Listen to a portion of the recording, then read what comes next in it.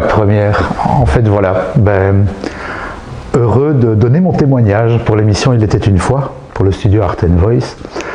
Je suis Laurent Chadec, je viens de Belgique et je vis à Maurice depuis septembre 2021. Alors on est arrivé à Maurice il y a quelques mois là maintenant avec mon épouse et nos 4 enfants.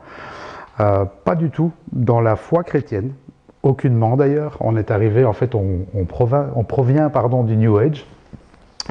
New Age, en fait, c'est-à-dire qu'on donnait des soins énergétiques, mon épouse tirait le tarot, on faisait tout ce genre d'activités, entre autres. Mais on est venu surtout avec un projet ici visant à aider les écoles mauriciennes et privées à éradiquer le harcèlement en milieu scolaire. Et donc on a remis ce dossier pour pouvoir avoir notre visa et être résident officiellement à Maurice pour les 10 prochaines années. On est donc arrivé en septembre 2021 et on n'imaginait pas tout ce qui allait se passer de septembre 2021 jusqu'au jour d'aujourd'hui.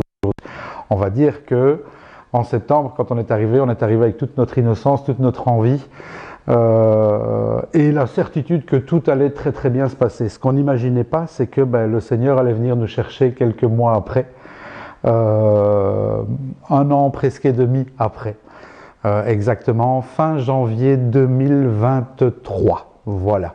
Donc il y a 10 mois exactement. Alors il est venu d'une manière un peu spéciale, mais avant de vous expliquer peut-être comment ça s'est passé, je vais peut-être vous donner un petit peu de mon arrière-plan et vous raconter un petit peu ce qu'on faisait avant, qui on était. Alors je vais commencer tout de suite. Donc comme je vous l'ai dit, je suis Laurent, je suis marié avec Stéphanie, que vous verrez également dans ce témoignage, et nous avons 4 enfants. Nous nous sommes rencontrés, j'avais 18 ans, elle avait 15 ans, donc ça date quand même d'il y a bientôt 31 ans. J'ai 49 ans aujourd'hui, j'en profite pour le signaler, ça fera des petits likes pour la vidéo. Donc voilà, 31 ans, 4 enfants, et on a eu un chemin assez particulier, c'est-à-dire que moi je viens d'une famille relativement atypique, on va le dire comme ça. J'ai un chemin familial relativement compliqué, on va le dire comme ça aussi, et un chemin tout court très atypique. Alors à 18 ans, je rencontre ma chère et tendre. À 18 ans, je suis déjà hors de chez moi. J'ai déjà quitté le giron familial depuis une grosse année à ce moment-là. Et je m'assume seul pour diverses raisons. Parce que je pense que dans le divorce de mes parents, ça a été un peu compliqué à accepter pour moi. Et on va dire que j'ai choisi de prendre mon indépendance. C'est très compliqué d'arriver dans la vie et dans le monde à 17 ans. On n'est pas prêt, on n'est pas adulte, on n'est pas formé.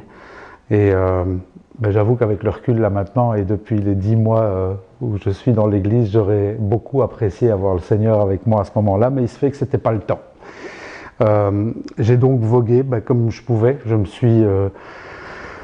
me suis accroché, j'ai eu la chance de rencontrer mon épouse et ça m'a permis de terminer mes études, j'ai fait l'école hôtelière.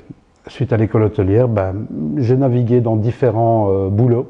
J'ai d'abord été commercial pendant un peu moins d'une dizaine d'années, j'ai travaillé pour Nestlé, j'ai travaillé dans l'outillage pour les professionnels, j'ai travaillé dans la publicité. J'ai même vendu des tapis d'accueil pour les magasins. Donc j'ai vendu pas mal de choses, mais je ne m'épanouissais pas forcément dans ce travail. Et puis j'ai choisi de changer complètement de carrière au moment où mon épouse m'a annoncé qu'elle était enceinte de notre premier enfant. Parce que c'est à ce moment-là que j'étais en train littéralement de piquer du nez et de faire un premier burn-out. Et donc je me voyais exactement suivre les rails familiaux, les rails que mon père, avait vécu avant, c'est-à-dire la dépression, la dépendance et l'addiction, puisque pour lui c'était l'alcool. Pour moi, c'était le cannabis. Et donc, ça m'a suivi pendant de très, très, très nombreuses années. Le cannabis, il est resté, mais j'ai changé de carrière. Je suis devenu éducateur pour les enfants placés par le juge. Ensuite, après ça, je me suis retrouvé à faire différents boulots dans le social. J'ai été donc éducateur, j'ai été formateur pour des adultes en réinsertion sociale. Donc des anciens prisonniers, des anciens alcooliques, des anciens drogués, etc., etc. Et puis, le social ne payant pas bien et ayant une famille à assumer, je suis retourné, je vais dire, à ma formation initiale, à savoir l'école hôtelière. Donc là, j'étais gérant dans la restauration pour devenir indépendant. 2 ans après, je pense que je suis resté 2 ans dans la restauration. Et puis, Lilou, notre deuxième enfant, est arrivé. Et là, on s'est dit, ça va être compliqué de l'avoir, surtout quand on travaille dans la restauration. Donc là, on s'est lancé en tant qu'indépendant dans, on va dire, le coaching, l'accompagnement de personnes au niveau nutritionnel. Ça a duré 6 ans, presque 7 années. Ça a été très enrichissant. Et c'est là qu'on a découvert justement ce que je vous expliquais tout à l'heure, le New Age. C'est-à-dire que il nous a été demandé de progresser sur notre personne, de faire du développement personnel, de devenir des personnes inspirantes. Et pour nous, on ne savait pas trop ce que ça voulait dire. On n'avait jamais été amené à expérimenter ce genre de choses, mais on s'est retrouvé à faire de l'énergétique, du reiki, à faire du coaching, etc. C'était intéressant. Le coaching est toujours, je dirais, fait toujours partiellement partie de notre vie là maintenant, mais on a adapté les choses. Par contre, l'énergétique, ça nous a accompagnés pendant des années. Et on avait vraiment la volonté et l'envie de bien faire et d'aider les gens.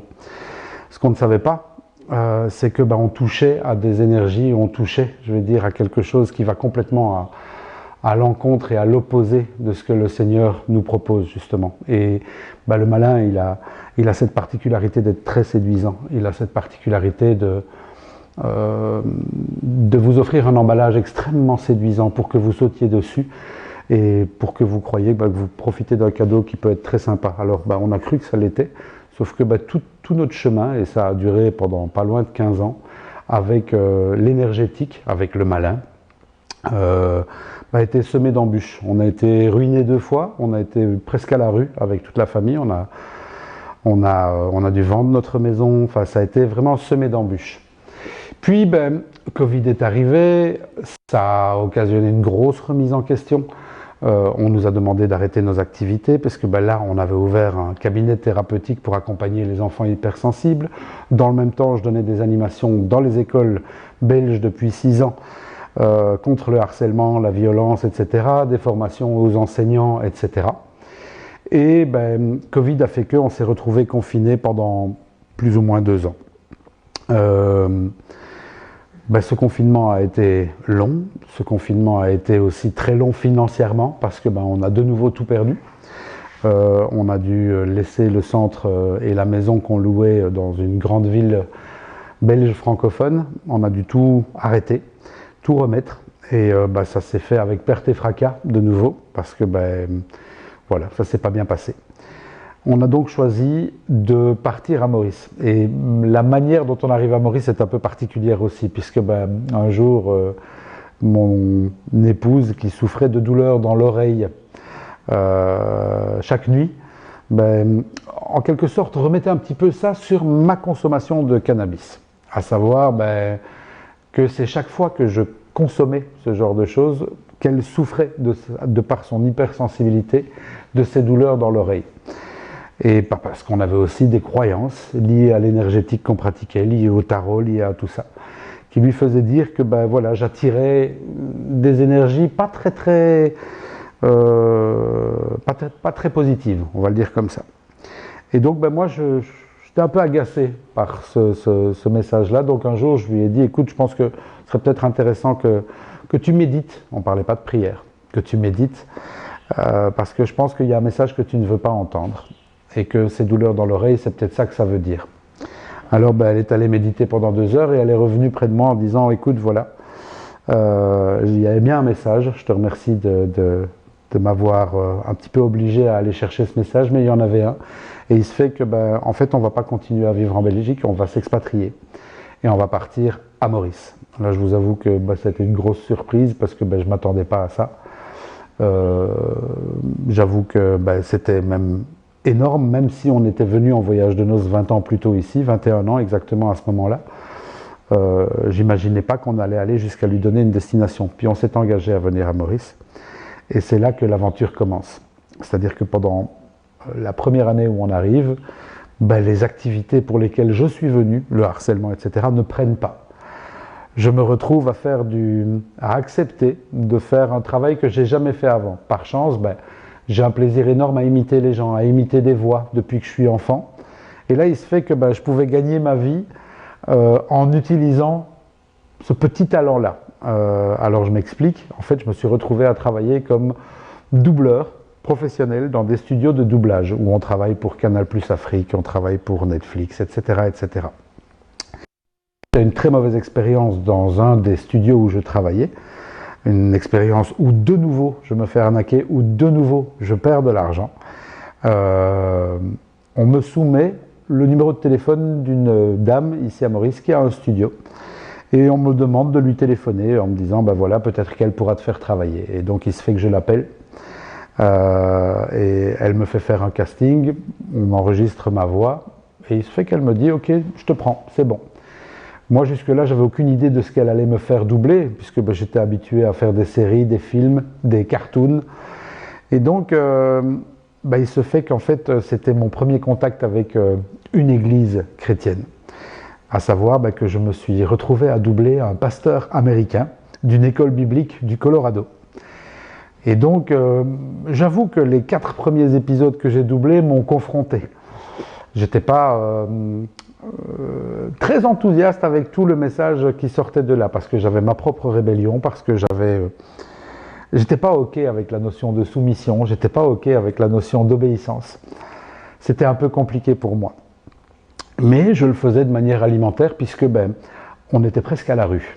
De nouveau, ce qu'on avait quitté en Belgique comme situation difficile, on la retrouvait ici à Maurice.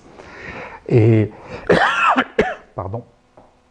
Et donc est venu ce 5e ou ce 6e épisode, je pourrais plus dire comme ça, où ce pasteur a déposé le message de la croix. Et là, ce qui devait se produire s'est produit, à savoir que je me suis effondré. Je me suis retrouvé bouleversé devant ce message parce que jamais, alors que je suis né dans une famille catholique, jamais on m'avait expliqué le pourquoi Jésus avait donné sa vie. Et ça change tout en fait, ça a tout changé pour moi. Je me suis complètement repenti, je me suis aperçu que la voie que j'avais choisie, que je croyais être spirituelle dans l'énergétique, n'était pas la bonne.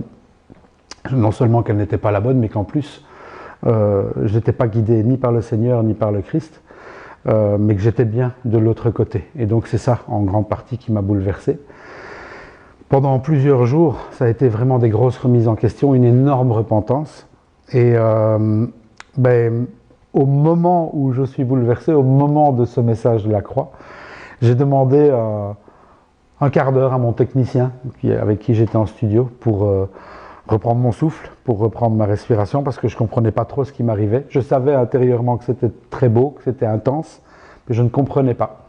Et j'ai donc été trouver la directrice de ce studio qui m'a vu arriver dans son bureau avec des larmes plein les yeux et qui s'est inquiétée et en me demandant mais qu'est-ce qui se passe, tu vas pas bien, tu es malade, et moi de lui dire non en fait, il se fait que je viens de recevoir le message de la croix et que je suis bouleversé. Et là, c'est là qu'elle m'a pris dans ses bras en me disant « Bienvenue mon frère, te voilà né de nouveau ». Et ce « né de nouveau », cette expression, je ne la comprenais pas, parce que pendant plusieurs épisodes, il en parlait, et moi je ne comprenais pas cette notion de nouvelle naissance. Et puis, elle m'explique que c'est ce qui vient de m'arriver. Tout de suite, moi j'étais très enthousiaste, alors j'ai choisi de téléphoner à mon épouse. Et ça, c'est le plus grand des miracles en fait que j'ai à déposer dans ce témoignage là maintenant, c'est que au moment où j'ai appelé mon épouse, je lui ai dit écoute, j'étais à 50 km d'elle, et je lui ai dit écoute, quand je vais rentrer ce soir, je voudrais qu'on parle. Et elle me dit moi aussi. Alors j'ai dit ok, parce qu'on parle beaucoup, hein, on est des babayes comme on dit chez nous en Belgique, on aime parler, on aime discuter, mais là, j'ai dit non, là, j'ai besoin de te parler de quelque chose de très important. Et elle me répond de nouveau, moi aussi. Et puis vient la 3e interruption. J'ai dit non, j'ai besoin de te parler du Seigneur et de Jésus. Et là, elle me répond de nouveau, moi aussi. Alors là, c'était un peu surprenant parce que moi je lui dis, mais non, c'est moi qui suis en studio, c'est moi qui double des pasteurs. Et toi, tu veux me parler aussi du Seigneur et de Jésus, je ne comprends pas. Tu as téléphoné à ma patronne, qu'est-ce qui se passe? Elle me dit non. Je suis en train de regarder des vidéos sur YouTube et je suis en train de regarder des vidéos de personnes qui, comme nous, étaient dans le New Age et se sont convertis. Et je suis aussi, comme toi, bouleversé.